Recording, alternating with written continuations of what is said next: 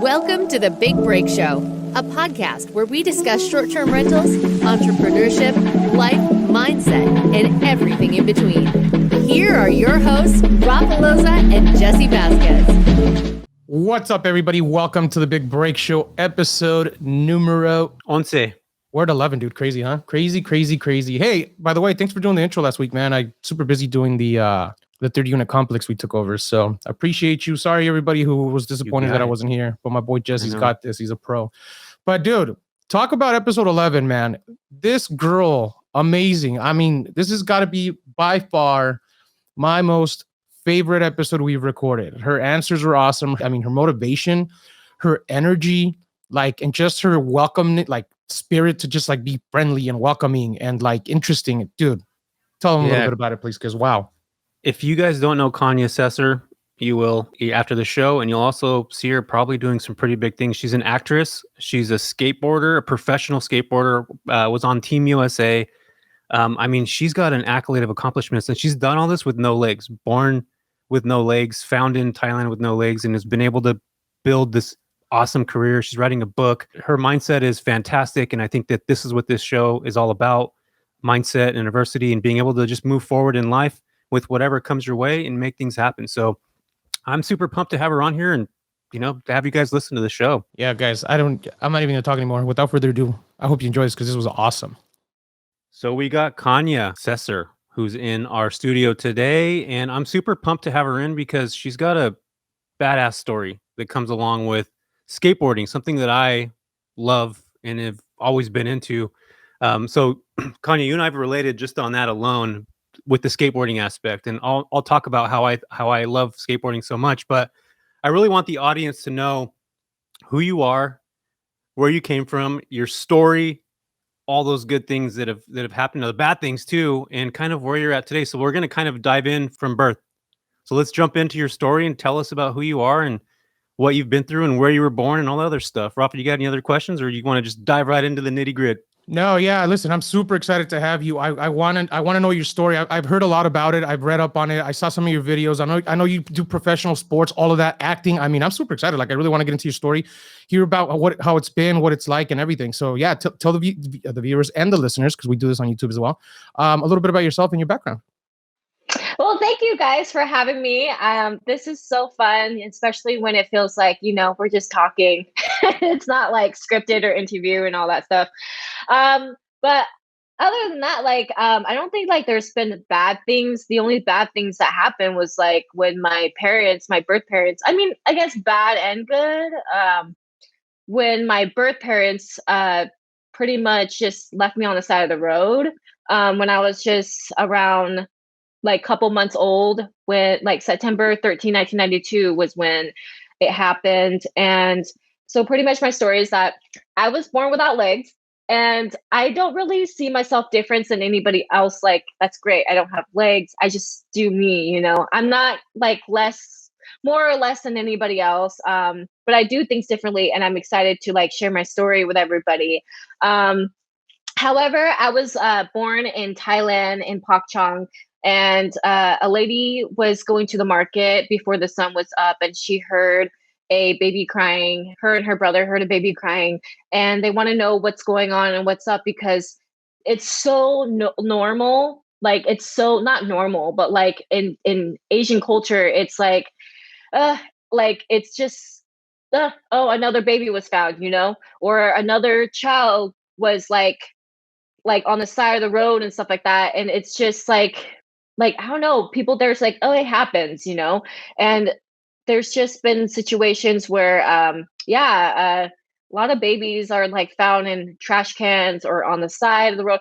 I think it also has to deal with how Asian cultures, how we are raised and all that stuff. So we had a kid really early on. We don't want to tell our parents, or else we're going to be looked down on, or very strict about why did you do that? You committed a sin, or why didn't you get married before you had a kid and not. So it's not thing here where there's organization and helping young women to kind of have the ability to, like, you have options. Over there, we rarely have options, especially in the early 90s. Well, now they do.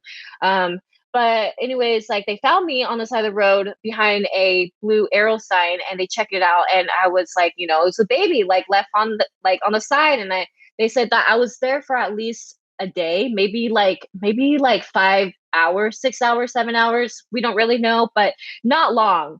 But I had like streets, like a lot of dirt on me, and mosquitoes bite and bugs all over me. And I didn't look too well, like, not dying, but like really just messed up and all that stuff. So they took me in, and she was carrying me, and she's like, okay. And she's like, I feel something like kind of like off about this. So she like opened me up, and about to give me a bath before she calls the Pakchong police department there. But she opened me up, and I don't have any legs. She's like, she doesn't have any legs. And she was looking for incisions or any amputations to make sure that, like, I wasn't amputated in any ways. And I wasn't. I just, nothing, just I'm butt up.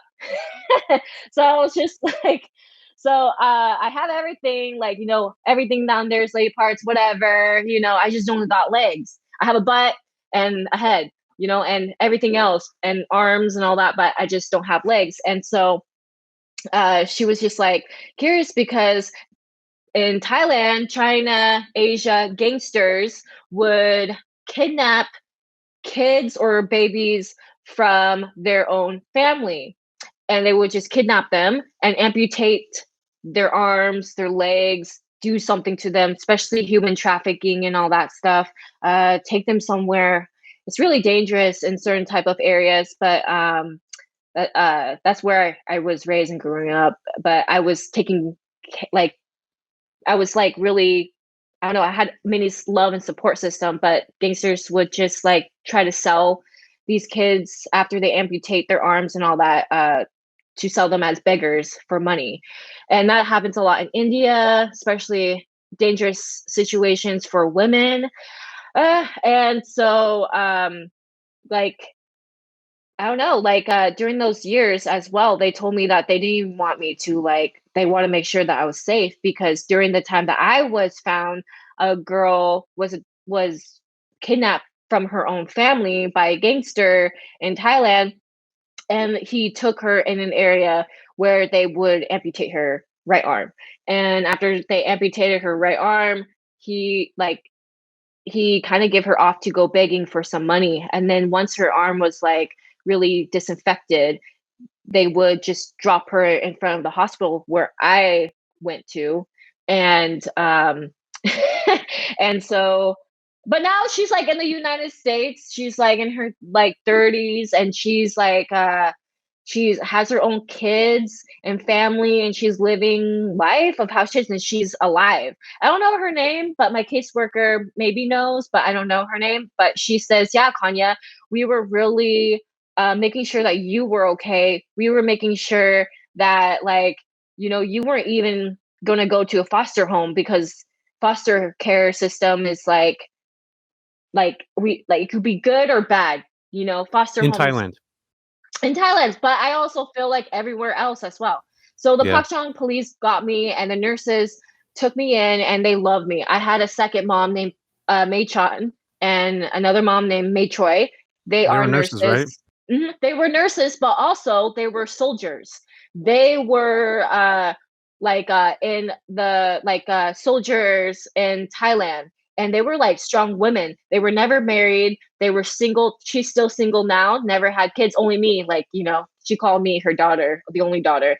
And like, they're just like so strong of a woman. Like, they're not one of those, like, hey, like, after school, get married, have kids, do something with your, like, it, like, no, they're like, I was a soldier, came to become a nurse, raise a daughter throughout her time while she was here before she was adopted, and make sure that she's good and she's taken care of, but also make sure that she's independent and knows what she can do for herself. I'm not married. and have my own house that my parents gave me after they passed away, and live my life to the fullest until so that's her. Like, and I feel like one of the reasons why I'm the way I am is because of them, of the women that are around me that took care of me.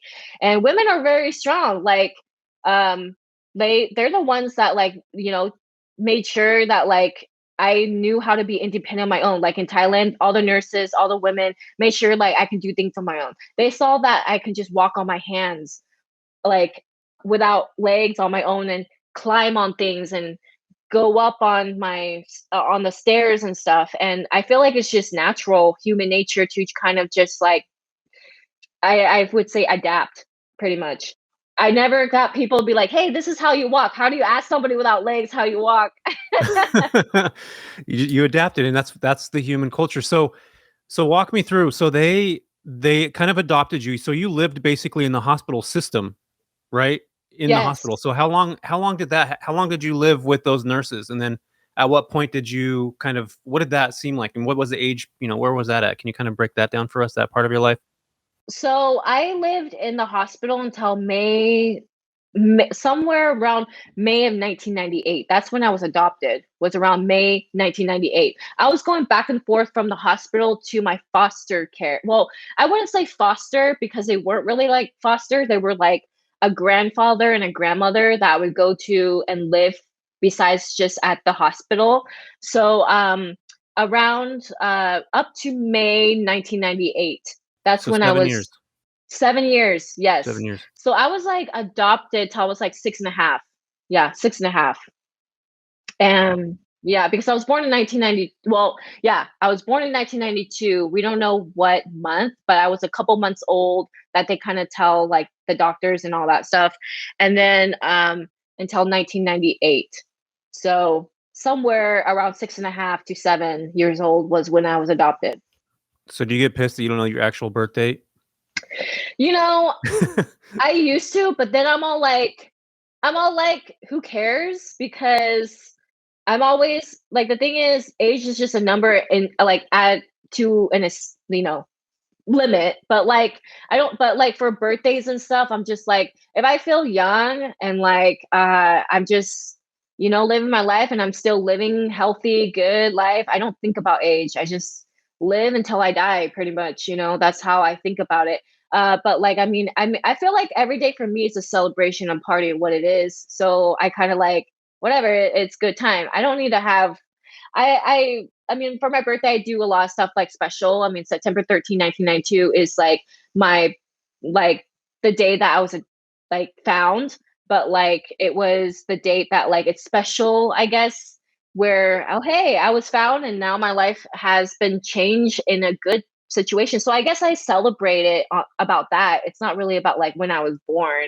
but like just celebrate the fact that I was found and here I am today. I wouldn't be talking to you guys if I wasn't found. So celebration of being found and life, new life. Yeah, That's I love cool. that. That's awesome. It's. Let me ask you a question. After you were adopted, were you still out in Thailand, or did you come here, or like how was that? And another question I want to ask you is, I'm kind of curious about it. Like what difference was it from there to here going forward, right? Because I can imagine like you went through two different lives, right, at such a young age. Yeah. Yeah, so I was actually in Portland, Oregon. So that's where I grew up. And it was really hard. I was really sad to leave. My caseworker and nurses told me that in Thai when I was visiting Thailand before COVID happened and all that stuff. that that I was really sad to leave because I didn't want to leave my country, and also I'm darker skin. Like I'm darker than this usually when I'm out in the sun in the summer and all that stuff. Is that uh my parents that adopted me were white. Like they had blue eyes, blonde hair, and like I have two older brothers. I'm the youngest. There's three of us. I'm the youngest, two older brothers. And I was like, who are these people? Like imagine you're just going to a different country. You don't know their language because your first language was like, different than who they are. Not just that, but their color is different. Like I'm darker skin and they're like light and white. And like I was just like, where am I going? Like, and why am I leaving my country? Who are these people that are speaking to me in different language? And like, they don't understand me. And I think that's one thing that is hard for me growing up and being adopted is people did not understand me. People didn't understand what I wanted. And like, I was really stubborn, and they said that I was really mad about certain things because like they do things, or I wanted something, but they just couldn't understand me. And it was just really hard because I'm just like, what is going on? Like, where is my people? you know?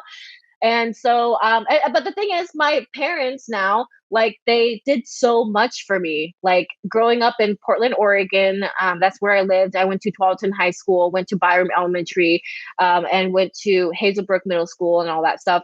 They made sure that my life was good. Like, I came from a middle upper class, and we live in a really nice house. We live in a nice place. Like, you know, and so I just had a lot of things going on for me. My mom, Jane Sesser, she was the one that made sure that she went to school to kind of understand to how to take care of somebody who's physically, you know, I don't call myself disabled because I don't think I'm disabled. I just feel like I don't have any legs. So difference, different limitations Perspective. and perspective. And Yeah.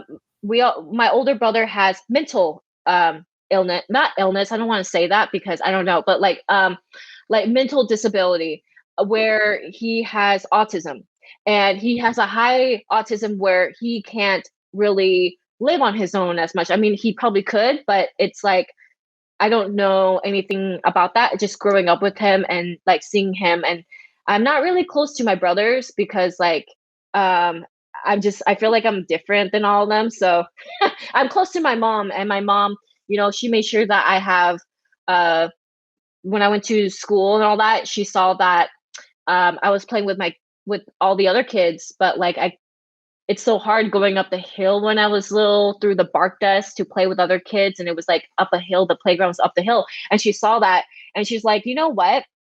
I want to do something for her.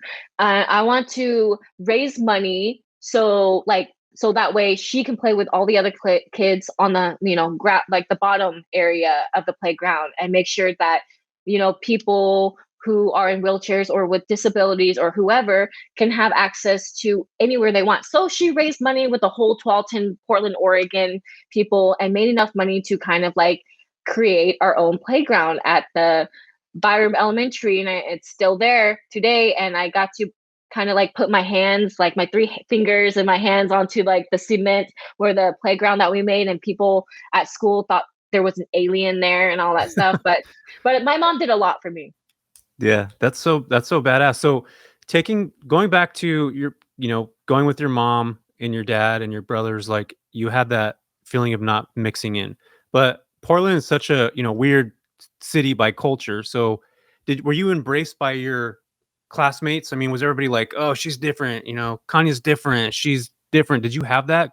Or was it something that you just automatically adapted to people? Because you have like a bright personality, bubbly and all that stuff. So did you just automatically assume that, or were people like, because kids can be little bastards, you know what I mean? Like, were they just, how was that, as childhood, going into school and all that stuff? So first of all, you gotta put yourself in other people's per se shoes, or other people's perspective of why they would say things and question things, because we all grow up differently. We all come from different backgrounds and stories. So I don't really hate on people that like are just curious. And they may sound rude or come off rude, but you got to put yourself in their perspective of like, okay, I get it. Like, hey, you don't have legs. Like, how the heck do you get around? And it comes off rude, but you're like, okay, yeah, let me just educate you. Or like, mom, she doesn't have any legs. Or like stare at you. And I just ignore that. And then I'm like, hi, how's it going? And then I just be nice back. Give positivity, educate them, and let them know who you are. Why are you this way? But like tell them that, hey, you know what? You're right. I don't have any legs, but guess what? I can skateboard and I surf and I can show you pictures of what I do because you know that you can do it too. And the reason why I educate these kids is because, to be honest, I feel like parents don't really educate their kids about disability or people who are different, but also I feel like parents also never grew up. You know, they were growing up in the old days where like things were just different. Things were just not, you know, and so I understand why they aren't educated on that. But I feel like nowadays in this generation, we should educate on like sex, disability, different, like people are different, but also you can do anything, because we block that out and we talk about other things that obviously we're going to know throughout life, like, you know, about other things. You're not going to, I don't know, it's like, you're not going to understand other people's like situation perspective of why they do what they do. And we really need that throughout life. So when I was like, I had my first kiss, to be honest, first grade. First Yes. grader, me too. Me too. I had my first kiss when I was in first grade to this guy, Peter, and he had like a troubled like brother, older brother and all that. And my mom says like, yeah, you guys got in trouble during teachers conference. We had to like tell you guys to not kiss on the playground. And I was like, wait, kissing as in like all over? Like, did I really do that in first grade? Because that would be kind of like weird. And she's like, no, it was just like couple peck. You guys just like each other, but we had to let you guys know that that wasn't right and you shouldn't do that. And I'm like, yeah, but you guys thought that was cute. Come on. You guys always see on movies that like, you know, little kids when they kiss on the cheek, it's like, oh, that's cute. But like, she's like, yeah, it got funny afterwards. But you know, I was never bullied ever. I was very popular in elementary school throughout high school. I had a lot of people that was more intrigued about like why I didn't have legs, and was really intrigued about like, also I think it's my energy, my personality in general. I just bring people.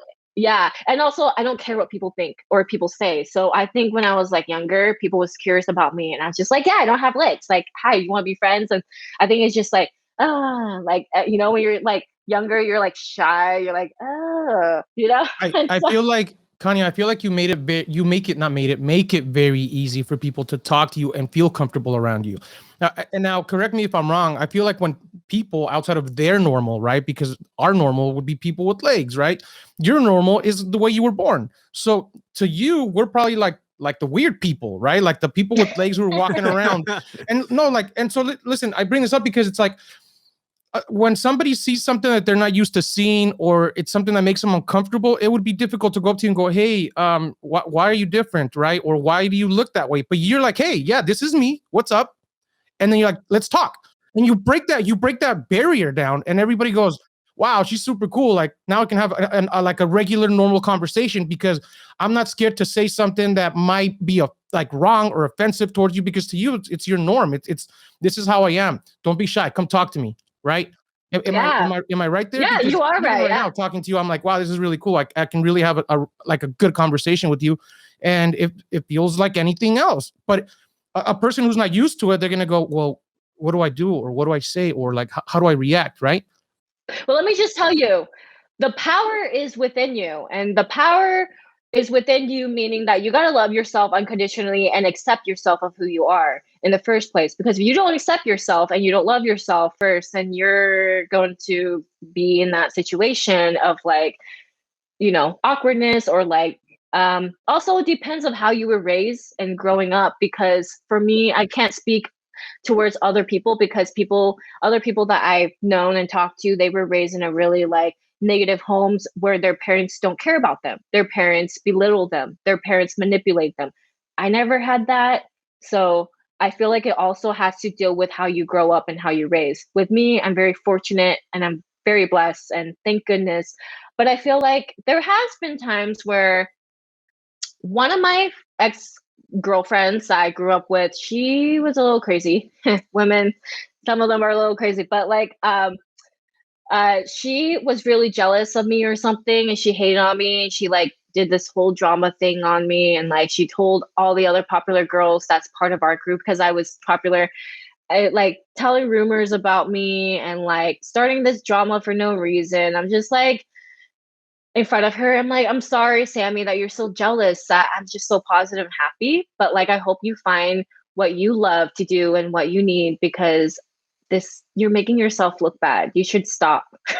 And she just got embarrassed and like, but I was being honest, like, but I didn't feel hurt or anything like that. I just lost a best friend. I just lost a friend who thought I was going to be a friend to me. And like, I had many different, like friends that cheated on me with the guy that I was dating, and, just stupid high school stuff.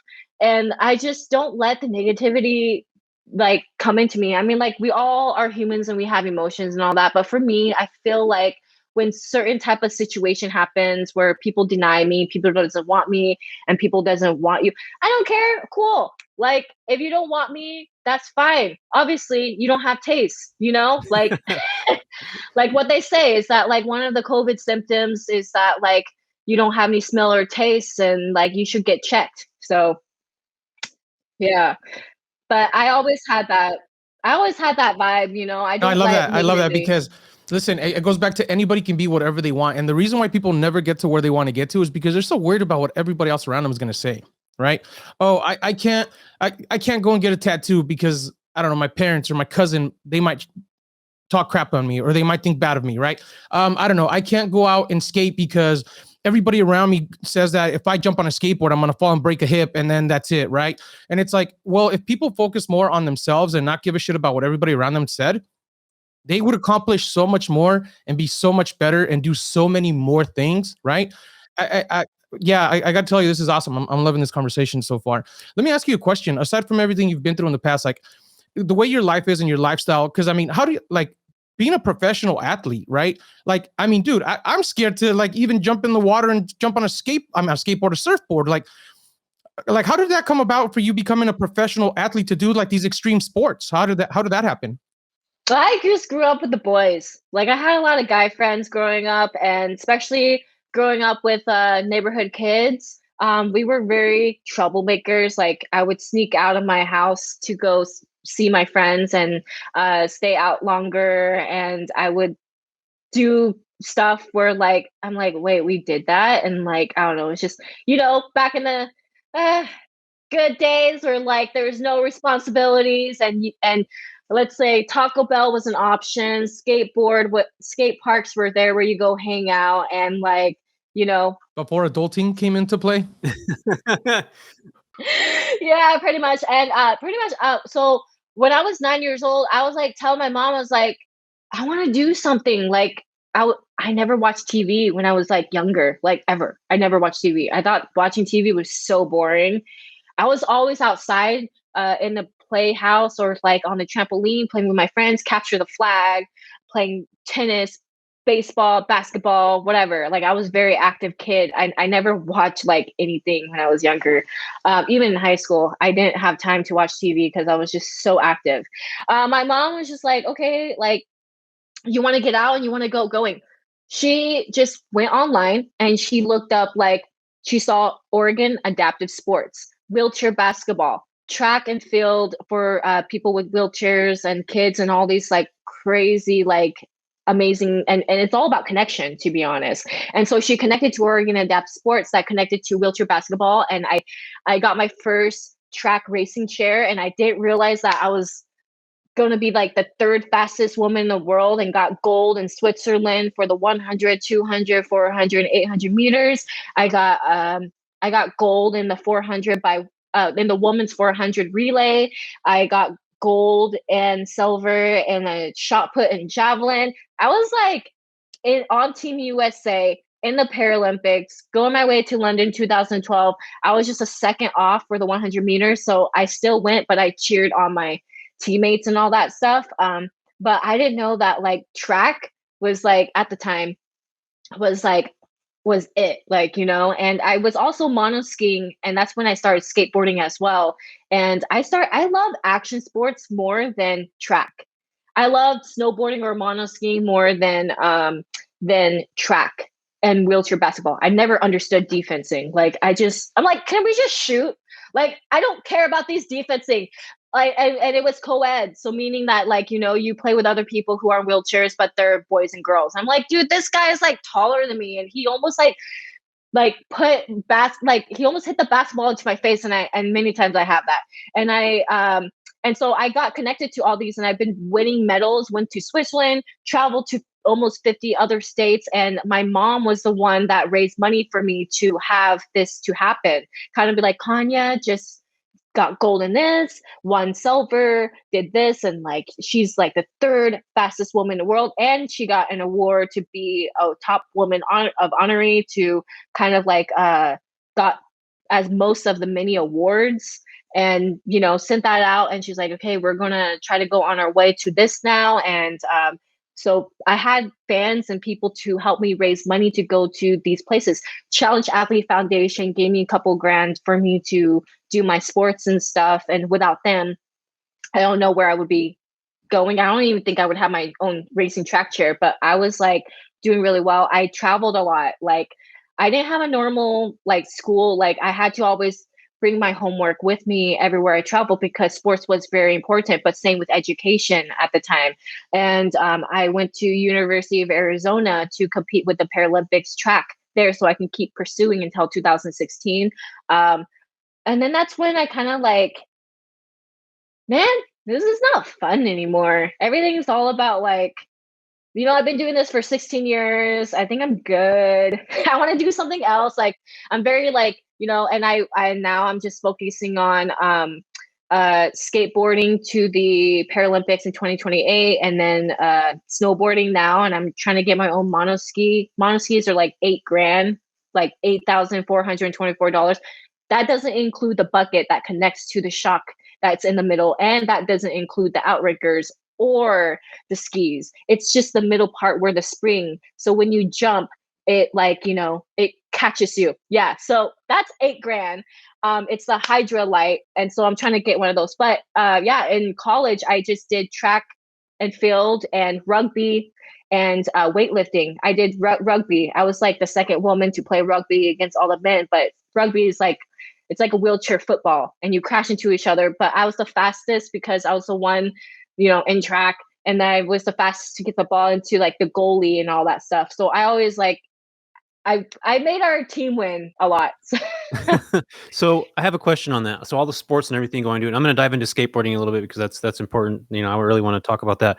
But with sports, like, was it that you had in the mindset that I'm different than people? I want to be the best at what I'm doing. I'm going to show other people that I can do things that they can do, and even better in a lot of terms. Was that something that was going through your mind? Was it a mindset type of thing where, you know, you were going through these sports just like, I want to be the best at it? Or did it have anything to do with that, or is it more of like a personal thing for you? I feel like when I started track and all that stuff, I felt like I was just doing it for fun, but then I didn't realize I was really good at it.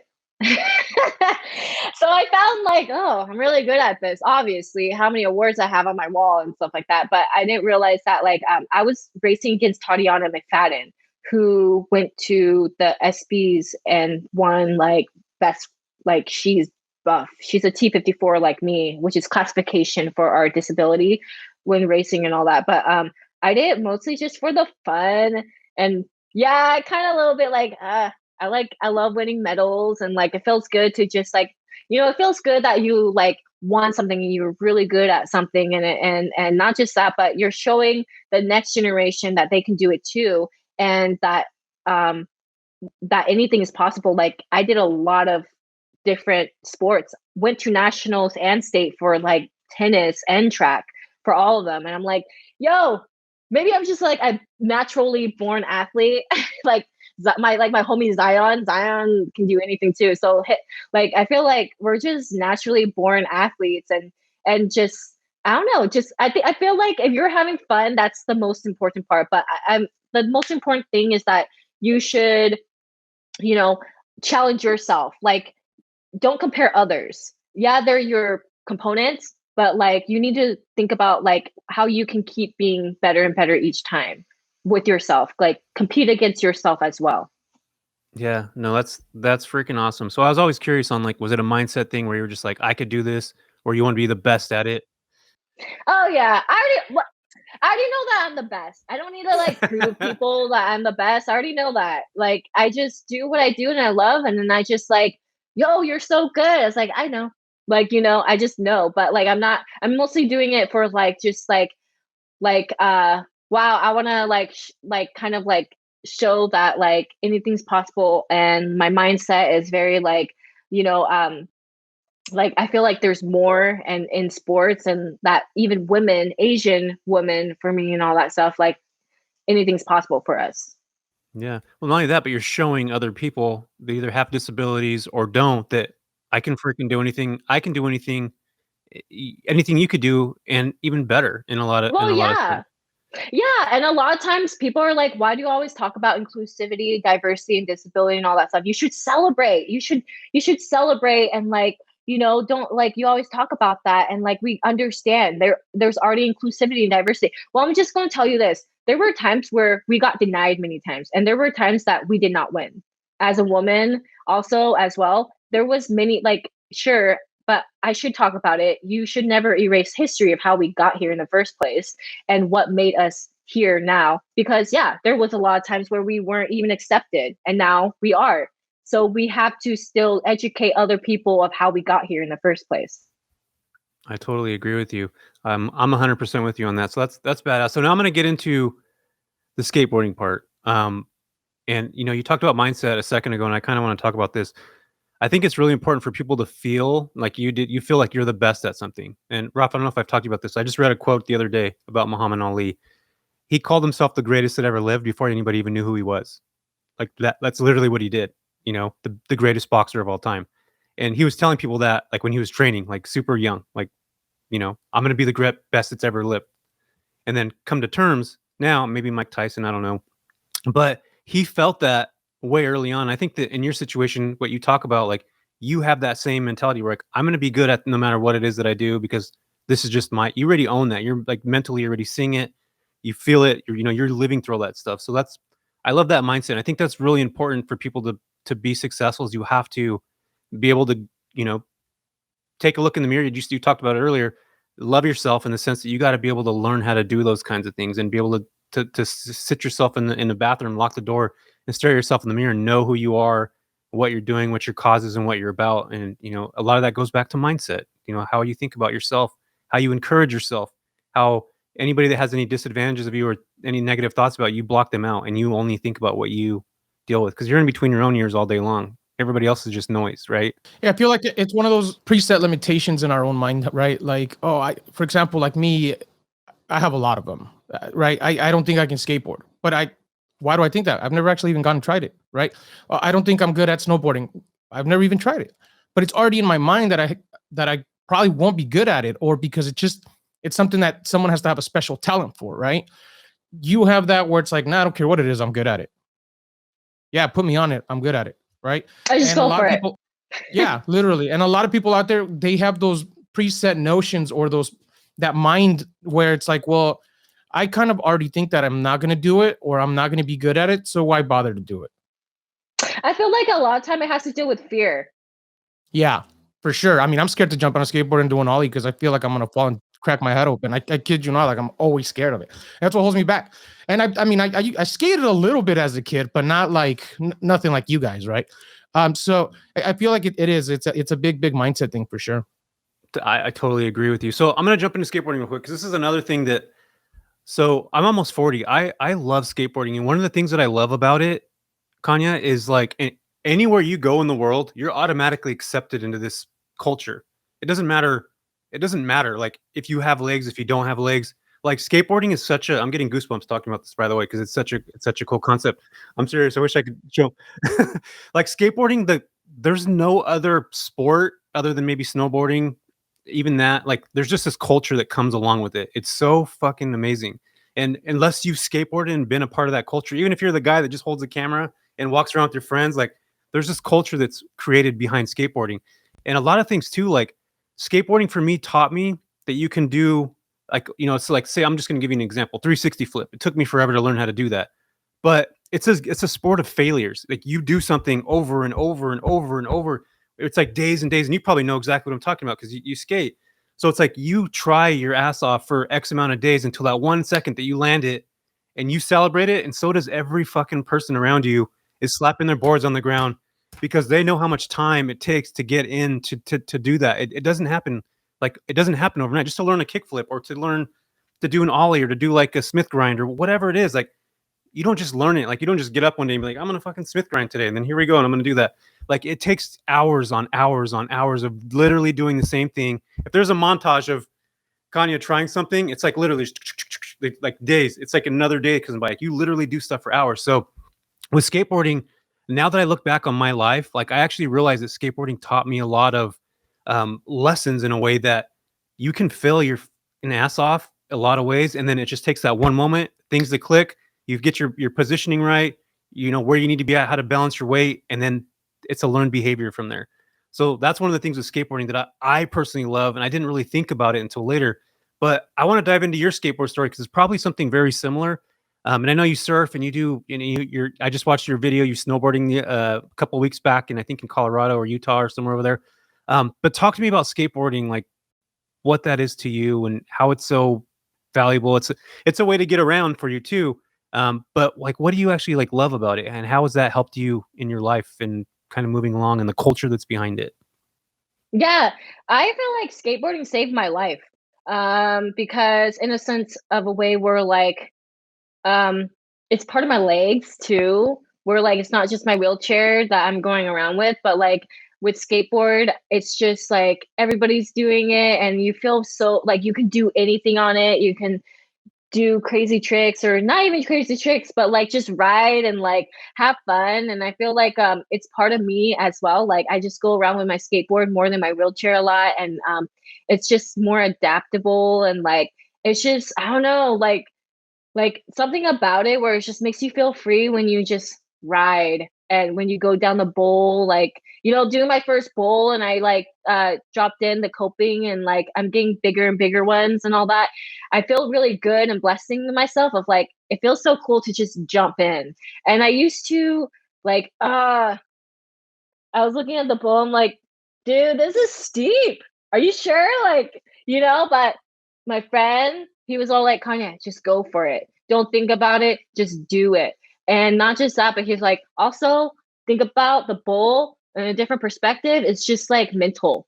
And I was just like, you're right. So I was just like, okay, let me go for a few rounds and like, and then I just didn't think about it. Just didn't think about it. And I dropped in and I dropped in and then I was like, heck yeah. And I just like went around going and coping and all that stuff. And it was just like, feels really good. And then I did a couple stairs too. And I was like, oh my God, I can do this.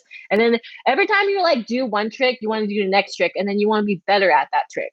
So it's just like, okay, I'm not like the best, like my friend Vinny and like all those Philippe that was signed to Tony Hawk and all that. He's like all the Brazilians. They're one of my friends, and we went to the X Games together for adaptive action sports, and we competed. But they're like really crazy good, and like, but the same thing is like I can just be as crazy good too.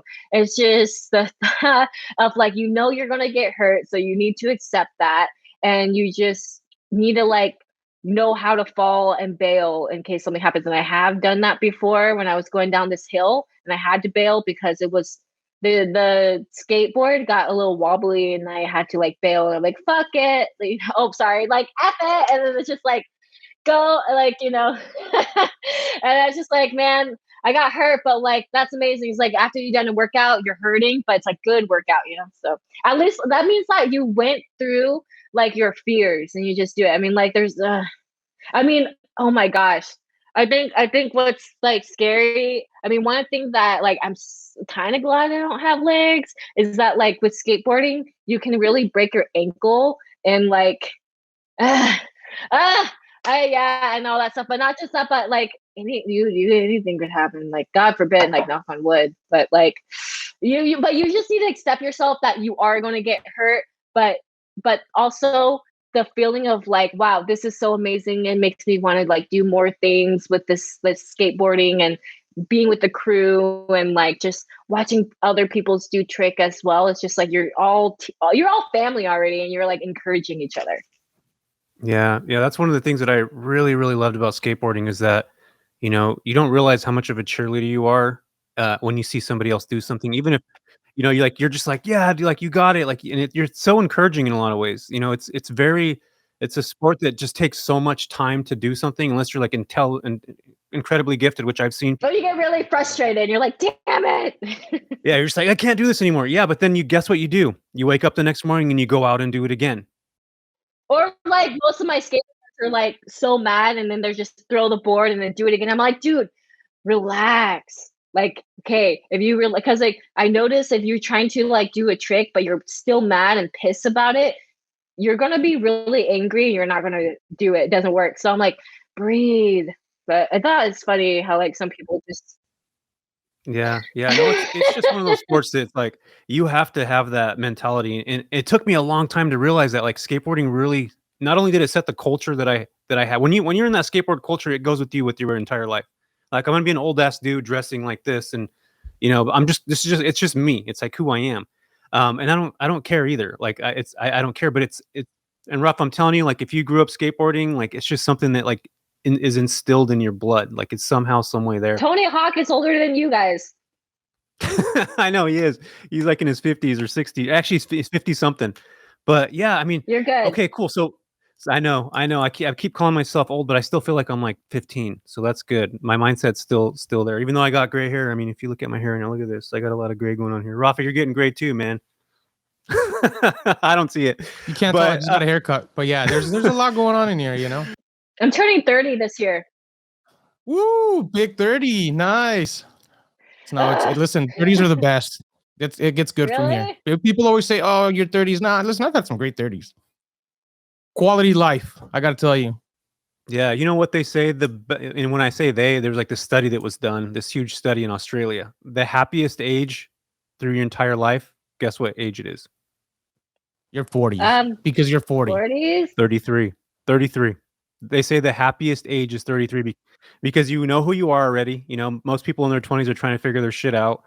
30, you kind of start to get it a little bit, and then finally 33 is that age where you have like a career and all that other stuff that comes along with it, and you get it. So that's like the age where 33 is the year. Google that, look that up. The happiest age of a human. See, Kanya, you have another 3 years to be good, so you figure out what's gonna happen there.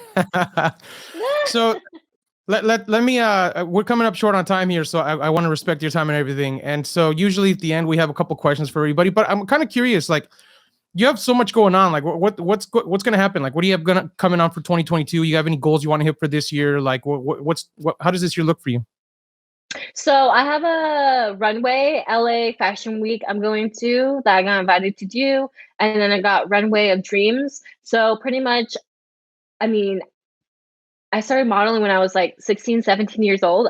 I always wanted to do a runway, but I always thought like that's impossible, even if I really wanted to, because you don't see people like me on runways. But then fast forward to 2021, I got invited to the New York Fashion Runway to do for a couple brands out there. And I love New York. I went to, now I got invited to go to LA Fashion Week, Runway of Dreams, and going to Miami for the Fashion Week. And so I was like, wow, this is my dream. And the first time I ever did that runway, I almost cried because I'm like, oh my God, I made it. I freaking made it. And I'm showing the odds. And like, it was amazing. And everybody clapped and it was like, oh my gosh.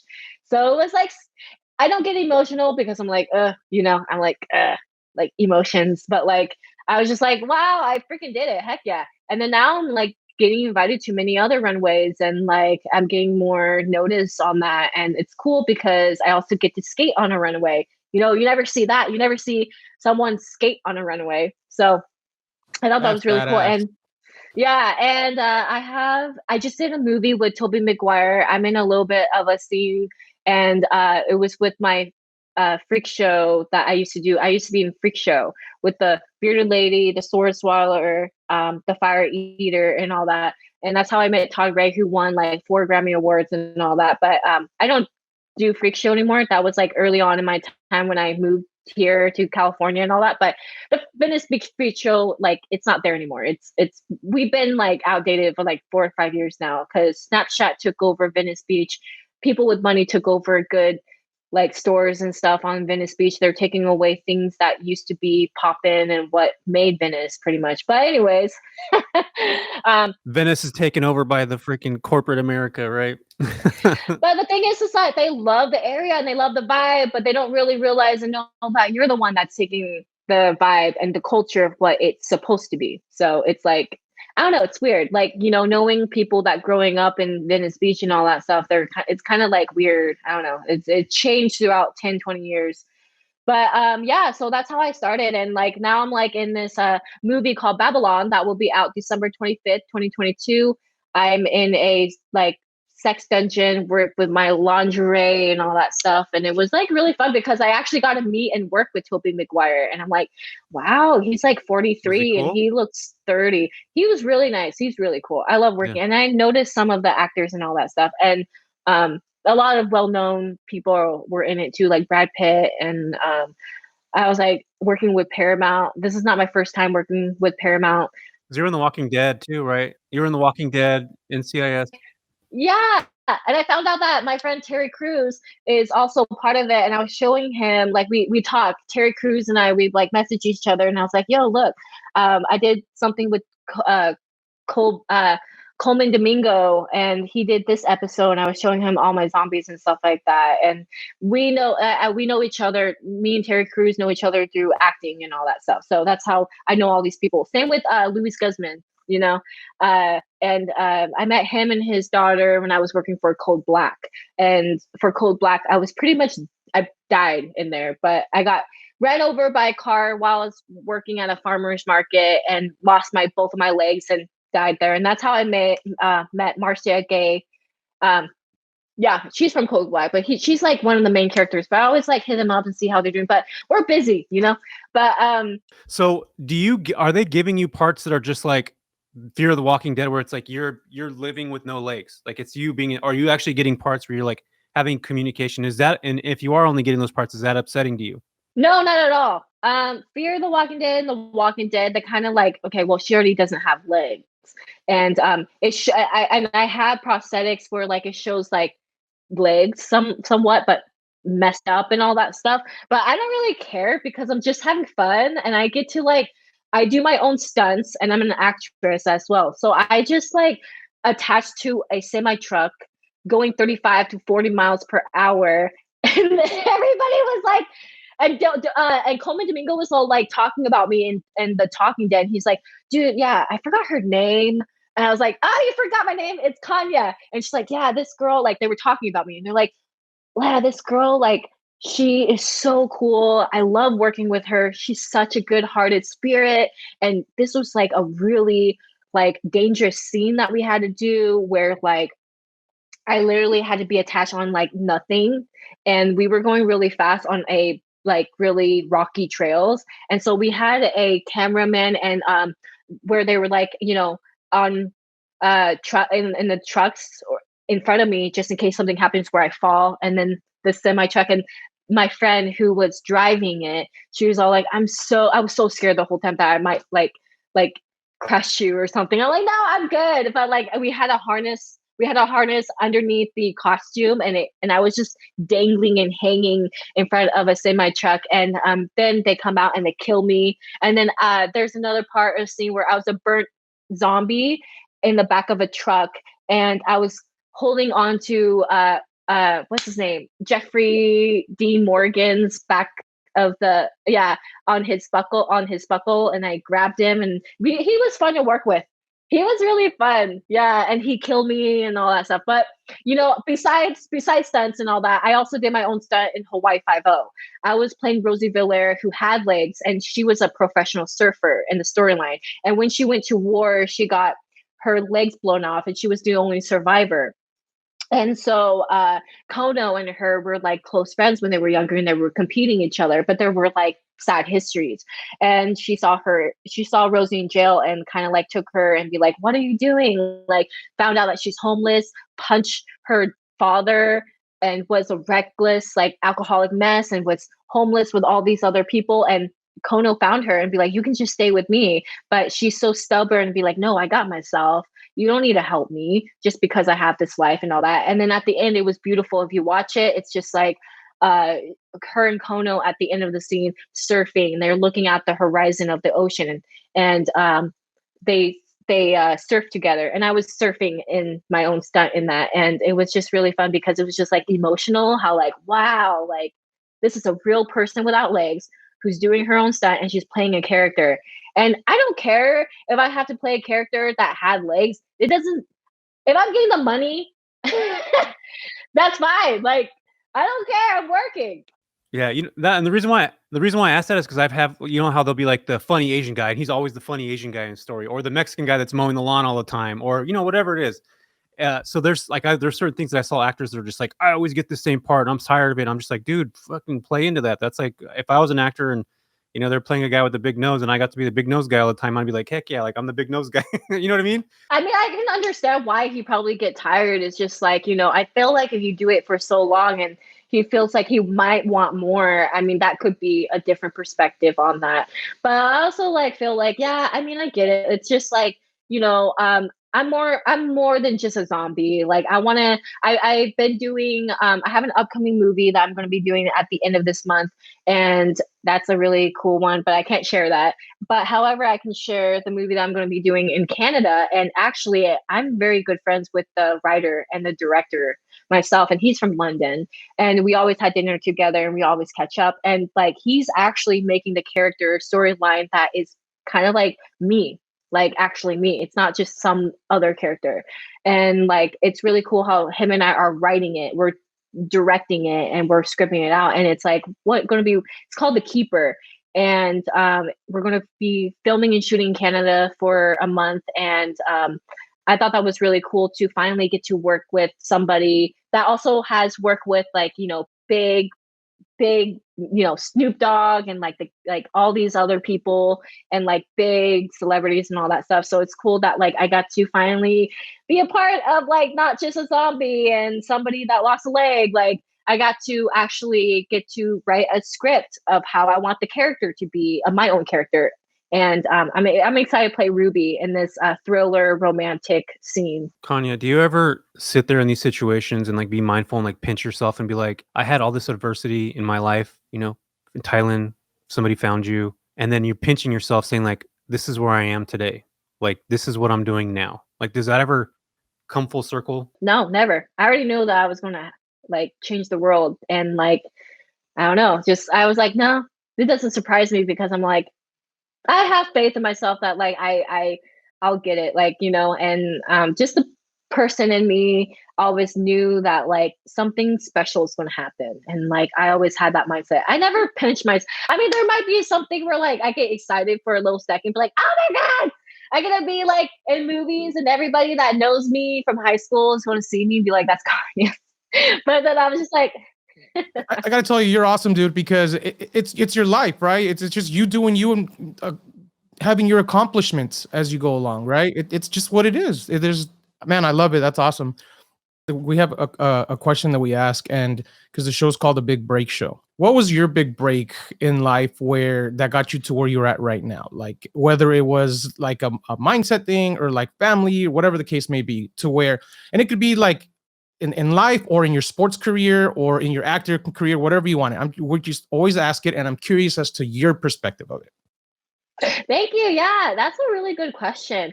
I've been like thinking about this all the time because I'm writing a book and I'm connecting to an author on this. But like, I feel like my big break is anytime that I transition, because we shift. Because in this lifetime, if you think about it, we have many different lives. We're shifting all the time, and we have many different things that we're doing. And I feel like a lot of the time when you're shifting and you're you're kind of like transferring to a new type of energy of what you're doing. Like, I mean, track, like track and sports in my early day, that was my big break. But also after that, for like sports, like other sports, that's my big break. And acting and modeling, that's also my big break. So I feel like my big break has to deal with like anything that I'm shifting towards to. Like right now, my big break is when I was like doing a lot of like acting careers and my runway and all that. I feel like that's that's my big break, you know, now in this life, now in this like time. And I feel like every every year, I feel like every year is my big break because I'm always doing something the next and next. I'm always keeping myself busy. So I feel like, yeah, I feel like throughout my years. That's got to be probably my favorite answer of anybody that's ever given me. Absolutely love it because it's true. We all live different lives at different points in our life, right? When you transition from one thing to another, it's just that people are scared to transition. I love that, man. That's for real the best answer we've ever gotten on this show for sure. So thank you for saying that. Of course, no problem. Yeah. Did you guys know that your cells are consistently dying in your body, and every 7 years you have a brand new fresh set of cells, which means you're basically like a brand new person every 7 years. Like all of your old cells are gone, and this is like scientific. Like your body's replaced, like literally, in everything. All your cells in your body are completely replenished and brand new every 7 years. Like, all individual cells are brand new. So if you think about it in that context, like you're literally a new person every 7 years. Also, I already know this because I always have to get pap smears every 7 years. So, oh, so does Rafa. Rafa gets pap smears every year. I'm like, I already know this. Women's situation and guys' situation, we should already know this. Our cells change every year because we always have to get checked. Rafa gets pap smears and I get mammograms every year. So we got it covered. Okay, so we're at the top of the hour. Tell us, where can people get a hold of you? How can they reach out? What's the best way to people to connect with you? Yeah, you guys can reach me on Instagram. I'm mostly on Instagram. I also have a TikTok, but I rarely go on there. It's Kanya Sesser, and of course with the blue verifications check mark and all that, because there are some people that was trying to do my profile and it's not really me. But yeah, that means you're popular. Yeah, Instagram and like. I think that's about it. Just Instagram. And if you guys want to check out my Hawaii 5-0, which is Hawaii 5-0 He Moho How season 1, episode 7, you guys can do that. And I have just watch me through Instagram to see my upcoming movies and TV shows. And I think I have something with my friend Ross Smith, who's a big TikToker. So there's going to be a funny video coming out soon. Oh, cool. Yeah, man, you get some. It sounds like you know a lot of really cool people as well. So that's pretty cool. If you're cool and you have a good vibe, you connect other good vibes. That's true. I agree with you 100% on that. Well, Connie, I got to tell you, thank you so much for coming on the show. This was an awesome conversation. I mean, amazing. I loved it. So thank you for being on here. Thank you so much for having me. Yeah, we're super glad you're here. And for those of you that are watching on YouTube, please like and subscribe. Follow Kanya. Her show notes will all be down below on the bottom down there. Check her out. See what her story's at. I'm super pumped to see where you go in the next year or two, because you're connecting with Zion. You have like 100,000 followers on Instagram now. So like you're blowing up like really big. Write a book. Well, yeah. Well, I am. I'm connecting to an author right now. But like Zion, I actually... Project Roar, I want to tell you guys, Project Roar is a nonprofit foundation that is that we kind of make gears and snowboards for other athletes that doesn't want to use a monoski or just can't, and they want to have something built for them, not just snowboards but other things as well. And it was founded by Danny Lipsky and Jacob McBride. They're from the East Coast, but pretty much how it started was Nick Santasio, who also didn't have legs and have half an arm, doesn't have like any other arms, but he was born with a heart-hand syndrome. I forgot what it's called, but he's such an amazing guy, and he always wanted to go snowboarding and wanted to go up on the mountains. So Jacob, they met each other through one of his speaking gigs and all that stuff, and got him to connect to people. And he was calling everywhere if they can make a board, and they laughed. They were like, what? That's impossible. You can't make a snowboard for somebody without legs. And then they met Danny Lipsky, who was living in Oregon at a time, making all these like different gears and in the shop, just like, she's a woman, by the way, and she makes all these amazing things for people. And look at us now. People that says we can never do something, well, look at us. Adaptive Action Sports by Amy Purdy and Daniel Gale is so curious about our snowboards. National Ability Center in Park City, Utah, where we were just snowboarding, they're so curious about our snowboards. So I just define the odds of like what people think that we can't do and just show them like, look at this, we got this. And so now we just did a snowboard for me. We went to Park City and I went under my time of like 50 seconds going fast. We still have a little tweak adjustments, but other than that, it's just like a skateboard that is connected to the shock absorbers that connects underneath to a snowboard that is created for my height and size and my own. And I can just ride snowboards just like everybody else. I just have a harness that straps me down, like you guys have legs to strap your guys's like legs down onto the board.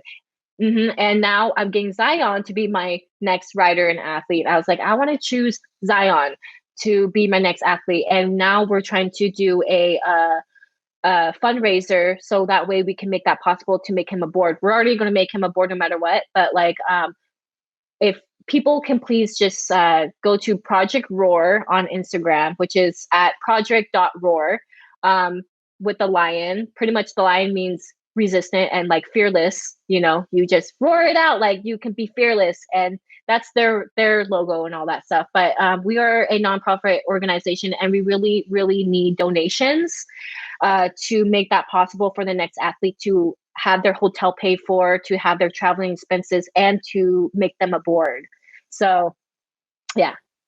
Project Roar, guys. Yeah, awesome. Yeah, we'll definitely put that down below as well. So thank you, Kanya. Thank you so much for being here. We appreciate you. Thank you. Yeah, appreciate it, Kanya. This was fantastic. Thank you.